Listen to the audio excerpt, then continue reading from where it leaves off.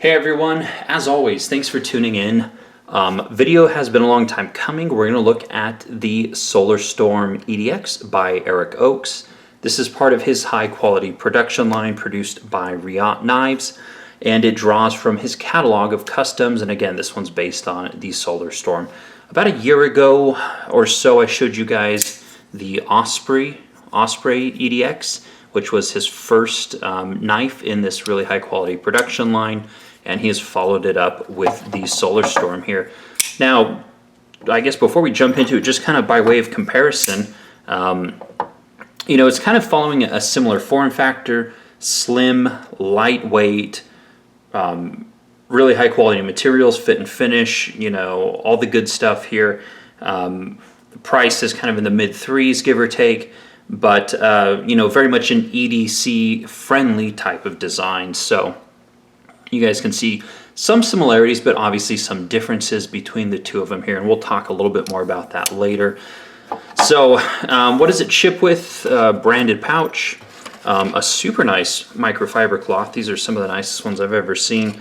And then it comes with a certificate of authenticity that he signed. So this one here is done in the, what is it? It's the copper camo carbon fiber, and that comes from the company Fat Carbon. There's also a blue Arctic Storm carbon fiber insert. There's one with olive drab micarta, and just a standard black carbon fiber. But of course, this one here, this copper camo, that's hard to say, was definitely the best choice. So let's get into specs here. Let me show you guys again a couple size comparisons. We have the Osprey, which, in terms of size, kind of neck and neck here. We do have the Kershaw Dividend, and definitely in the same size camp here. And then just for giggles, we have the Spyderco Paramilitary 2. So yeah, these three very, very similar in size. Great size for everyday carry. Specs, it's a blade length of about 3.3 inches, handle length of about 4.2. So overall, we're coming in at 7.5 inches. The handle thickness is half an inch thick there, 0.5 inches. Blade stock is 128 thousandths.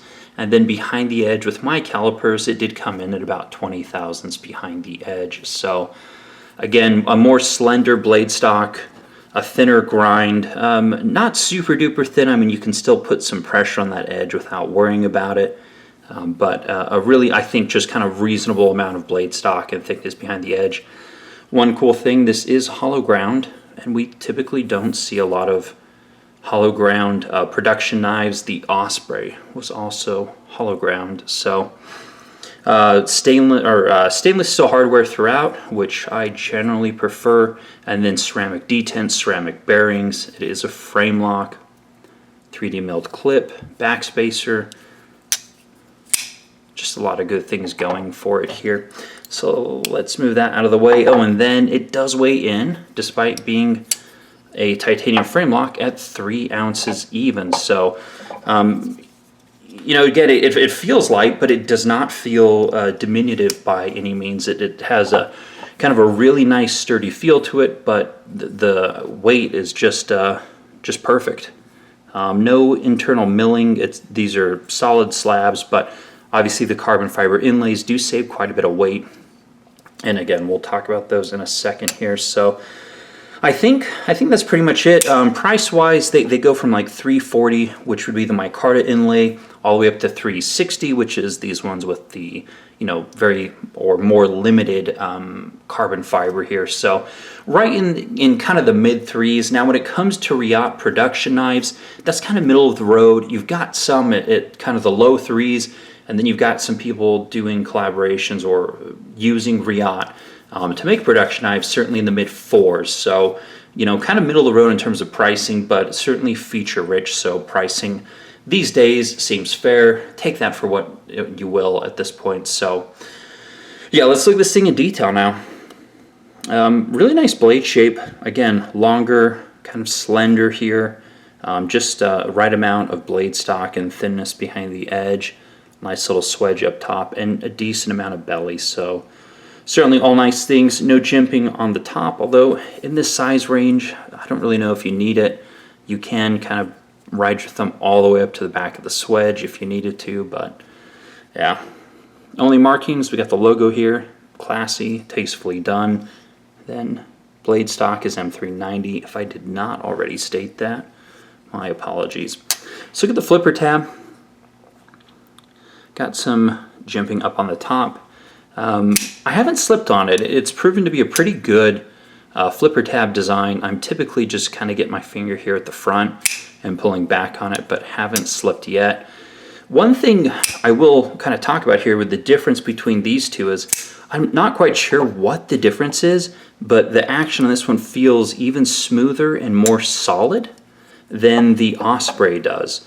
I mean, don't get me wrong, the Osprey has an amazing lockup and feel, but kind of in motion here, almost feels like there's a little bit of movement kind of back and forth, you know, mid swing, I guess we can call it. And this thing just feels like an absolute vault all the way through. Probably just a difference. Well, I have no idea what the difference is between the two, but just a slight difference in terms of the feel, which again I thought was interesting. One thing I do like a little bit better about the Osprey is this pronounced first finger choil, which I like on most knives. I feel like it just gives me like this really positive grip, to it. But again, this one is very comfortable too, and it's got a good feel, but not quite the same like degree of just control, like it's not going to slip because it doesn't have a super pronounced first finger choil. So again, slight differences between the two. Those were the first two things that I noticed, as perhaps you could potentially be weighing you know, between these two, or thinking, hey, do I also want the SolarStorm if you already have the Osprey? So yeah, let's look at the handle then. So some nice, what we call it, chevron patterning, gives it kind of a faux bolster sort of look to it. He did the same thing here with the Osprey, and this thing provided a ton of traction. This one does give it some traction too. It reinforces your grip a little bit, not quite as much as this, I don't know, diamond plate sort of thing we want to call it, but it kind of serves a similar function. It has more than just visual benefit. Now, the inlays. Look how perfect those are. I mean, just incredible.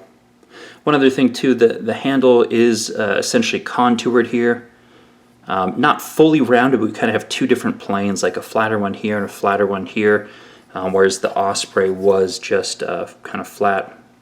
I mean, contoured on the edges, but this one's got a little bit more, you know, contouring to it, a little bit more shape.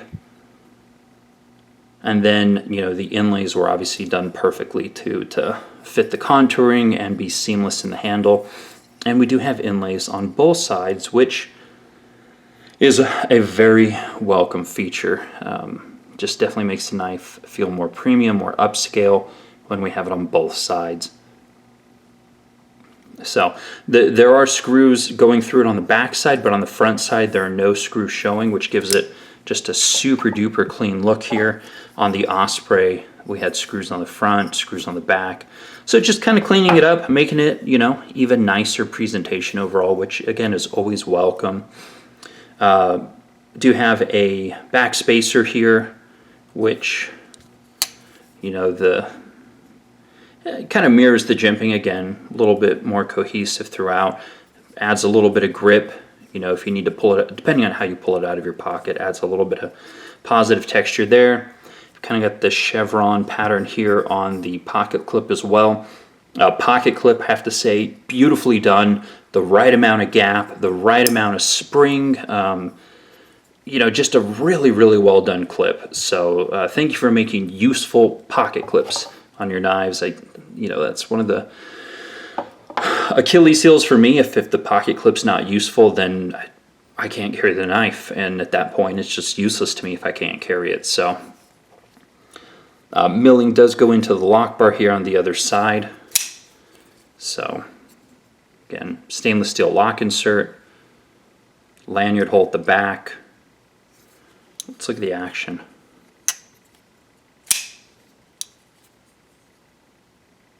Yeah, it's just ridiculously smooth, feels very, very solid. The action is very impressive on this knife. And then ergonomically, no hot spots for me. at, what was it, 4.2 inches here.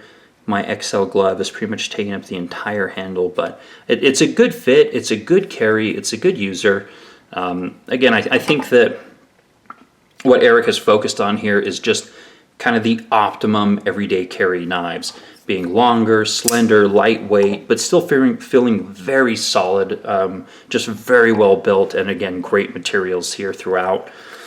This pivot is a bit more flush. This one sat a bit proud. Again, just some differences between the two. Some of you guys may have this one, so it's nice to know kind of what you might be getting into if you pick up one of these other ones. Perfectly centered lockup engagement. About 40-ish, maybe 50%. It's about 40%. Very solid. So again, just feels very, very premium. As you guys know, Riot does an amazing job. They produce for a lot of people now, and you know, that's not a bad thing because everything coming out is very, very quality. So yeah, I mean, that's pretty much it on this one. I mean, if you're looking for another kind of really nice EDC knife in, you know, you're okay in that 350 range, I think this is a really, really strong contender, and it carries a lot of the same winning features that we saw out of the Osprey here. So I think that'll do it for the SolarStorm EDX. I'm sure he has some other models kind of coming through his high quality line. He may be bringing out some other types of inlays, you know, be it carbon fiber, different types of micarta. So, you know, it's just a question of timing, right? Trying to get your manufacturer lined up with your timeline and get everything out. I'm pretty sure Eric is going to be at the USN show that is just about a month from now in Vegas. He'll likely have some of these knives there, plus some of his customs, assuming these don't all sell out before then. So, yeah, we'll see. As always, guys, thanks for watching. Comments, questions, let me know. You can follow me on Instagram for more frequent content. I used to say daily, but it's hard to post daily now, just, you know, staying really, really busy. But I hope you guys are doing well. Hope you guys are staying healthy, happy, and hope you still love the hobby. So more videos to come. I need to do kind of a roundup next of all the crap that I've acquired over the last couple months. I did move quite a few pieces out, then I took quite a few pieces in, and we've got the USN show coming up in a month. So I'm just hoping I can go and feel like super re-energized and reinvigorated by attending a show, because I certainly did last year. So enough rambling for now. See you guys soon. Take care.